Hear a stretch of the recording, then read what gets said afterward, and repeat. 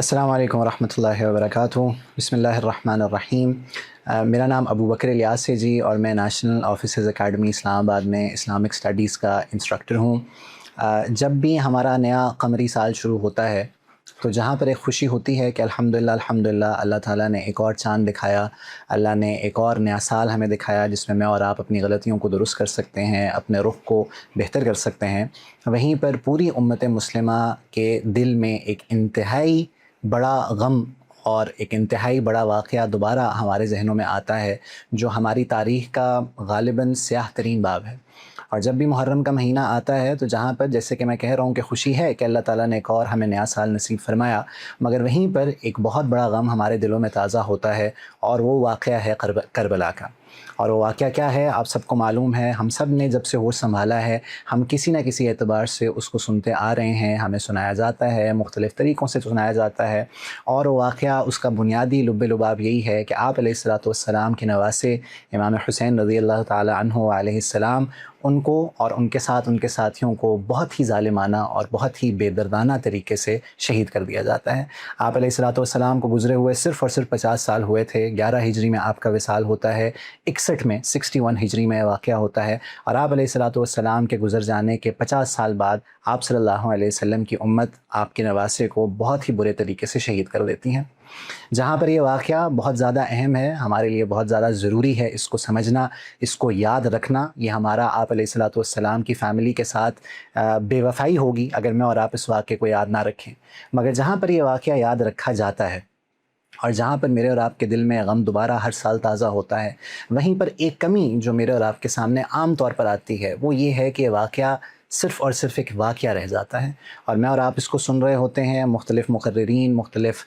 خطباء، مختلف ذاکرین اس کو سنا رہے ہوتے ہیں، مگر جو اس کا اصل، اس کی جو روح ہے، اس کا جو اصل کرکس ہے کہ میں اور آپ اس سے سبق حاصل کرنے والے بنیں، اور مجھے کچھ نہ کچھ اس واقعے سے عبرت ہو، اور میں سیکھوں کہ مسلمانوں نے اس وقت کیا غلطی کی اور اس کے بعد یہ واقعہ ہوا، تاکہ میں اس غلطی کو دوبارہ دہرانے والا نہ ہوں، اور ہم ساری کی ساری ہم بحیثیت امت مسلمہ ان غلطیوں کو دوبارہ کرنے والے نہ ہوں۔ عام طور پہ واقعہ تو سنایا جاتا ہے، بہت ہی مختلف طریقوں سے سنایا جاتا ہے، مگر اصل میں جو اسلامی تاریخ ہے اس کا مقصد ہی یہ ہے کہ میں اور آپ اس سے سیکھیں۔ اللہ رب العزت بھی قرآن کے اندر جو مختلف واقعات کو سناتا ہے، وہ واقعہ صرف اور صرف اللہ رب العزت اس لیے نہیں سناتا کہ میں اور آپ اس سے محظوظ ہوں گے، میں اور آپ اس سے کوئی نہ کوئی دلچسپی حاصل کریں گے اور اس کو آگے جا کر سنا رہے ہوں گے۔ اللہ رب العزت ان واقعات کو اس لیے سناتا ہے کہ میں اور آپ پچھلی قوموں سے عبرت حاصل کریں گے اور ان کی غلطیوں کو میں اور آپ دوبارہ نہیں دہرائیں گے۔ تو اگر واقعہ کربلا صرف اور صرف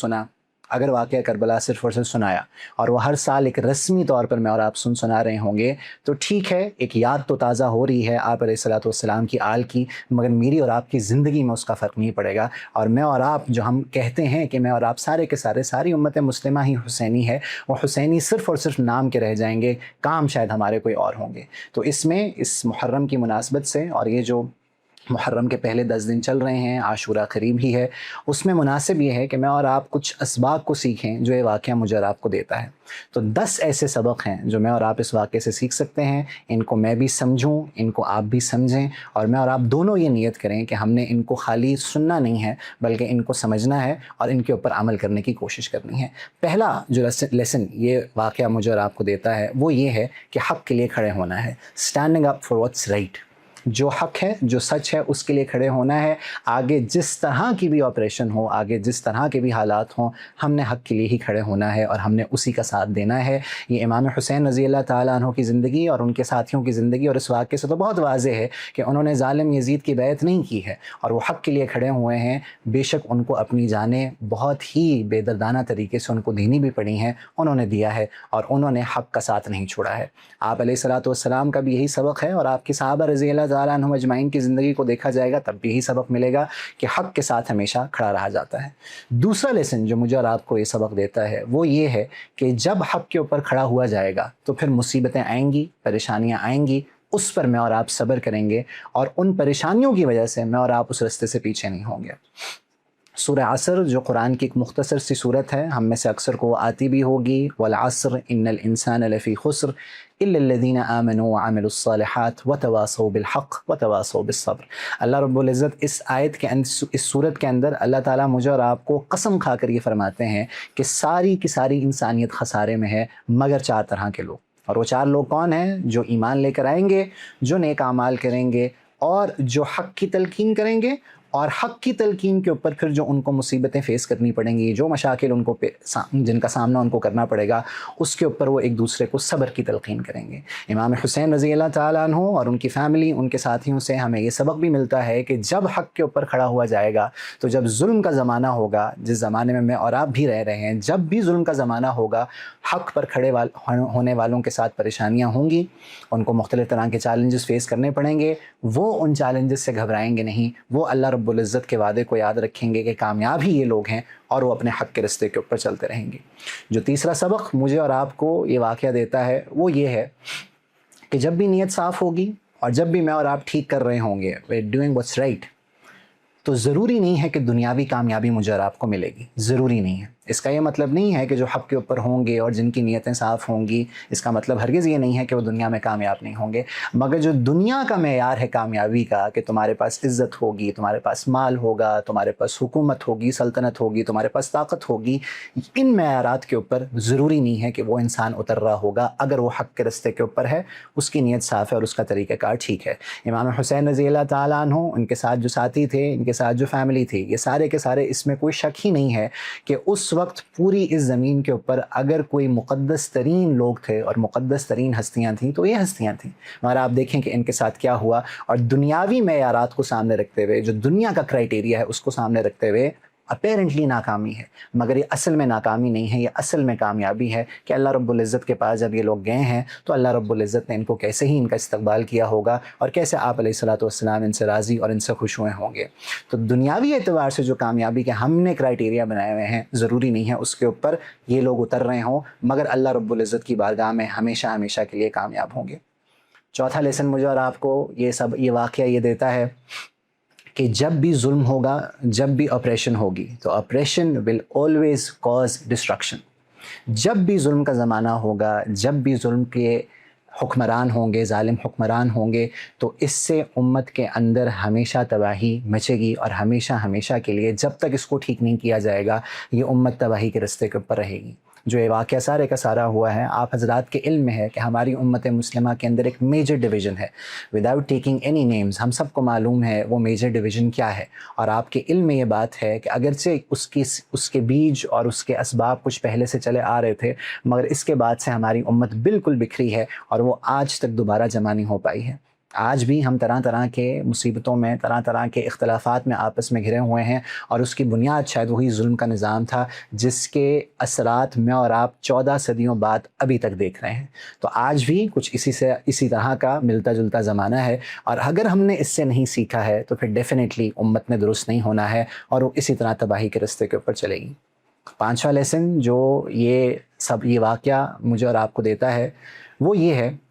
کہ خواتین کی کتنی اہم کنٹریبیوشن ہو سکتی ہے کسی بھی سوسائٹی میں اور کسی بھی زمانے میں۔ یہ واقعہ کربلا جو میں اور آپ آج اور ہمیشہ سے سنتے آ رہے ہیں، اور اللہ تعالیٰ ہمیشہ اس واقعے کو زندہ رکھے، اس کا ذکر ہمیشہ رہتا رہے۔ یہ جو واقعہ میں اور آپ سنتے ہیں، آپ اور میرے علم میں شاید یہ بات نہ ہو کہ یہ ہمیں بیسکلی ملتا ہے بی بی زینب رضی اللہ تعالیٰ عنہ وعلیہ السلام سے، کہ بی بی زینب رضی اللہ تعالیٰ عنہ وعلیہ السلام جو علی رضی اللہ تعالیٰ عنہ کی بیٹی ہیں، ان سے ہمیں سارے کا سارا واقعہ ملتا ہے، جو سروائیور ہیں اس واقعے کی، اور انہوں نے بعد میں جا کے امت کو یہ سارا واقعہ سنایا ہے، اور انہی کی تشریحات سے اور انہی کی روایات سے ہمیں بنیادی طور پہ واقعہ سننے کو ملتا ہے۔ یہ ہمیں بتاتا ہے کہ خواتین کی کتنی اہم کنٹریبیوشن ہو سکتی ہے، اور ہم نے اپنی پوری تھرو آؤٹ اسلامک ہسٹری دیکھتے ہیں تو ہمیں ایسی نوٹیبل خواتین ہمیشہ ملتی ہیں جنہوں نے آپ صلی اللہ علیہ وسلم کے دین کو پریزرو کیا ہے، آگے تک پہنچایا ہے، یا کسی نہ کسی کیپیسٹی میں دین کی خدمت کی ہے۔ ہمارے میں عام طور پہ مثال دیتا ہوں کہ ہمارے اسلام میں جو آپ صلی اللہ علیہ وسلم کو اللہ رب العزت نے جب دین دیا، تو جو پہلی شخصیت ہے جو مسلمان ہونے والی ہے وہ ایک خاتون ہے جن کا نام خدیجہ ہے۔ اسی طریقے سے اسلام کی جو پہلی شہادت ہے وہ بھی ایک خاتون کی ہے جن کا نام سمیہ رضی اللہ تعالیٰ عنہ ہے۔ خواتین کی ہمیشہ ہمیشہ ہمیشہ ایک اہم کنٹریبیوشن رہی ہے امت مسلمہ کے اندر، اور اس واقعے میں بھی ہم دیکھیں گے کہ بی بی زینب اللہ تعالیٰ ان سے راضی ہو، ڈھیروں سلام ان کے اوپر ہوں کہ انہوں نے یہ واقعہ مجھے اور آپ کو سنایا ہے، اور اسی وجہ سے میں اور آپ آج اس کو یاد رکھتے ہیں۔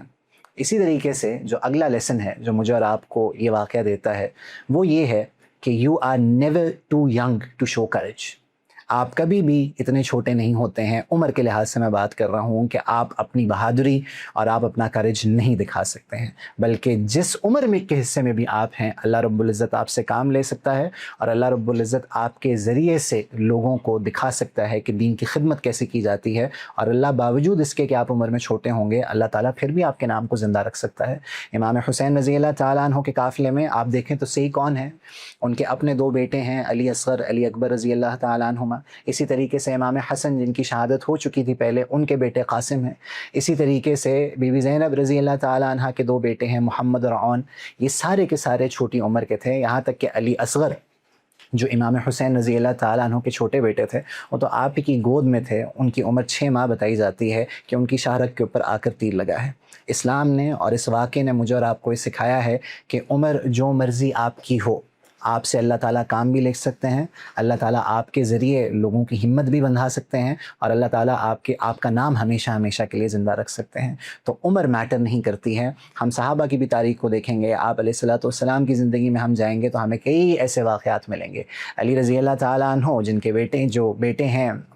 بیٹے ہیں امام حسین رضی اللہ تعالیٰ عنہ، آپ کو معلوم ہے کہ جو یوتھ میں سب سے پہلے مسلمان ہے وہ امام علی رضی اللہ تعالیٰ عنہ ہے۔ اگلا لیسن جو یہ واقعہ مجھے اور آپ کو دیتا ہے وہ یہ ہے کہ اللہ تعالیٰ ایمان والوں کا امتحان لیتے ہیں، لیتے رہے ہیں اور لیتے رہیں گے۔